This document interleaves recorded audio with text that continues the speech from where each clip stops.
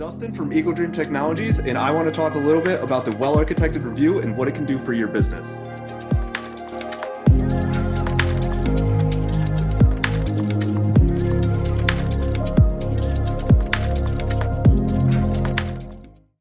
Hello, everybody. My name is Dustin Potter, and I am one of the solutions architects here at Minute Technologies. And I want to take a little bit of time today to talk about the AWS WellArchitected Framework, as well as the associated Well-Architected Review.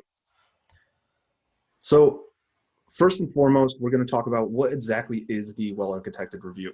We'll discuss some of the potential benefits it provides and how it can help your business. We'll then move on to the 5 pillars of the Well-Architected Review, which are the main kind of high-level areas that it focuses on. And then finally, we'll go through what the process for doing a Well-Architected Review looks like, and then wrap up with a customer use case. So the AWS Well-Architected Framework is not an audit. It is a guided discussion about your current architecture on AWS. It provides kind of a consistent approach to evaluating architectures because it's composed of a set of foundational questions that help us understand the best practices and how the system's architecture aligns with those. By having this set of questions, though, we can make sure to cover areas that often get overlooked or neglected that could negatively impact the system over time. And then really the output of the Well-Architected Review is a list of areas that could be better aligned with those best practices to varying degrees, whether they're medium risk, high risk, what we call an HRI, and as well as what are the actual actions that we could take to remediate them and improve them. And I think that crosses over into what the value of doing a well-architected review is pretty well. By having this guided discussion, we can make sure that we're making informed decisions about our architecture, both existing and in the future. So we end up having a better understanding of what the pros and cons of different decisions that we make along the way, not only just building systems, but building systems specifically on AWS. And in the end, we get a better picture of what the existing risks in our architectures are, so we can go on to reduce them. And it serves as really just an educational experience as well, so that we can learn best practices that will go on to influence our future architectures. So when we talk about the well-architected framework, we end up talking a lot about the 5 pillars, and those are exactly what you see here. So this is made up of operational excellence, security, reliability, performance efficiency, and then finally cost optimization. So I'll talk a little bit about each one of those. The operational excellence pillar is about our ability to run and monitor systems and how we can really continuously improve our ability to do that. We talk at length about automation and performing operations as code, documentation and processes that we use to carry out and respond to events, and as well as how do we update systems and how are our deployment workflows going about their process.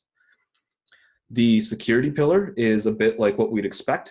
This is all about protecting information, systems, protecting assets, as well as how we're doing risk assessment and providing mitigation strategies.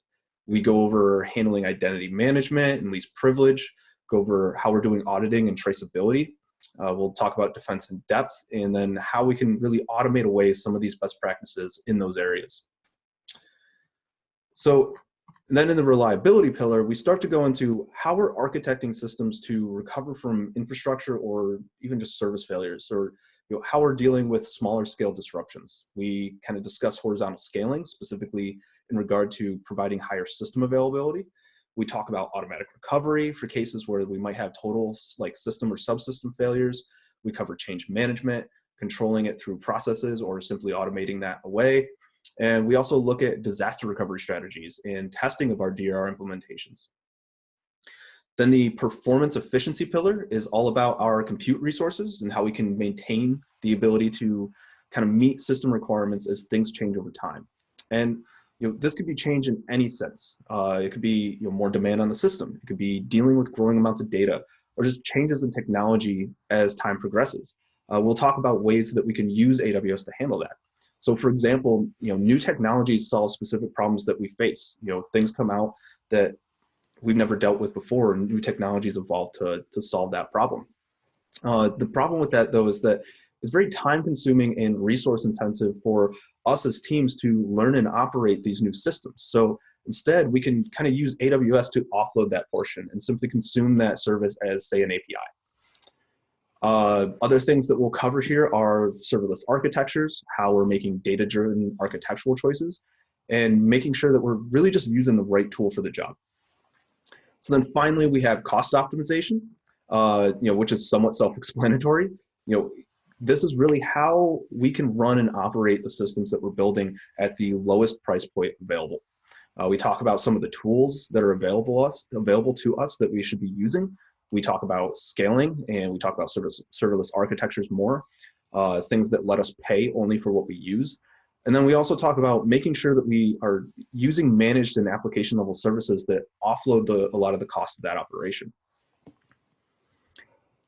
So, those are the things that we talk about during the review, but what does the process look like from end to end, from start to finish, from the time that we engage, from the time that we actually do a remediation? So the first thing that we ask you to do is identify a workload. And we use that term workload to mean any specific system in your AWS account structure. So, as an organization, we might have a static website. We might have a web application that we're exposing to external users. We might have internal web applications that we expose to business analysts, whether they're hitting that over the internet or they're hitting it through a VPN. There might be various ETL processes along the way. And each one of those is an individual workload that we could choose to focus on. We really want to do that. Even though the well-architected review talks about AWS very holistically, it's very good to scope it down to an individual workload so that we don't get overwhelmed. Once we've done that, we want to actually schedule the review with us. The review is about a 3-hour block of time. All that we ask is that we get the right people in the room to do that. We cover a lot of different things in the reviews, so it's important to have the people that maybe have developed the application, because we're going to be asking very pointed questions about that. We might want the people that are operating the application in the production environment. If those people are different from the people that are running the AWS account structure, then we want those people in the room as well. And then even higher level business stakeholders that can drive decisions in your organization. Once we've kind of set that up, we'll go through the review. We'll take the output of that conversation and we'll use the AWS tooling to evaluate your workload. And what we'll do is that we'll set up another meeting about a week later to present to you what the findings from the review were. And out of those findings, we'll give you a prioritized list of recommendations about actionable items that we could move forward with. And then finally, we'll work back and forth with you to discover what exactly it is that you want to do, given those recommendations, and we'll actually execute a remediation plan. So I want to talk a little bit about a real-world customer use case to give you some concrete evidence about this. So not long ago, we went through a well-architected review with PGA of America. They had recently modernized one of their external-facing sites using like CloudFront, API Gateway, Lambda, DynamoDB. And overall, the review was very easy because they were doing a lot of things right. Everything from the AWS account level down to their deployment pipelines. But there's always something that we as architects can improve on. So in this case, this was no different. For example, besides DynamoDB, they were also using a relational database through RDS. The activity on this database was very intermittent. So one of the things that we did was to move to Aurora instead of RDS to be able to scale the system dynamically and save more money. Another item was increased monitoring. Sometimes developers aren't really familiar with the most optimal way to monitor a serverless environment like Lambda. So another suggestion that came out of the review was to set up AWS X-Ray, as well as various alerts to increase their ability to identify and resolve issues that come up in production or in their non-production environments. There were a few more that I'm leaving out here, but that is kind of an example of some of the real-world results that can come from the well-architected review. So, again, how can we get started? First, you don't need to be an expert in this stuff. There's plenty of more information available on our website at eagledream.com/war, as well as the official AWS white paper on the well-architected framework. So I encourage you to look at that. If you have any questions, please feel free to contact us. We're happy to answer anything on your mind. And then finally, schedule the review with us. The easiest way to go about doing this is at eagledream.com/contact us, and then we'll work with you to find some time on our calendars. So I hope this was informative about the AWS well-architected review, and I look forward to talking with you about architectures and best practices in the future. Thanks.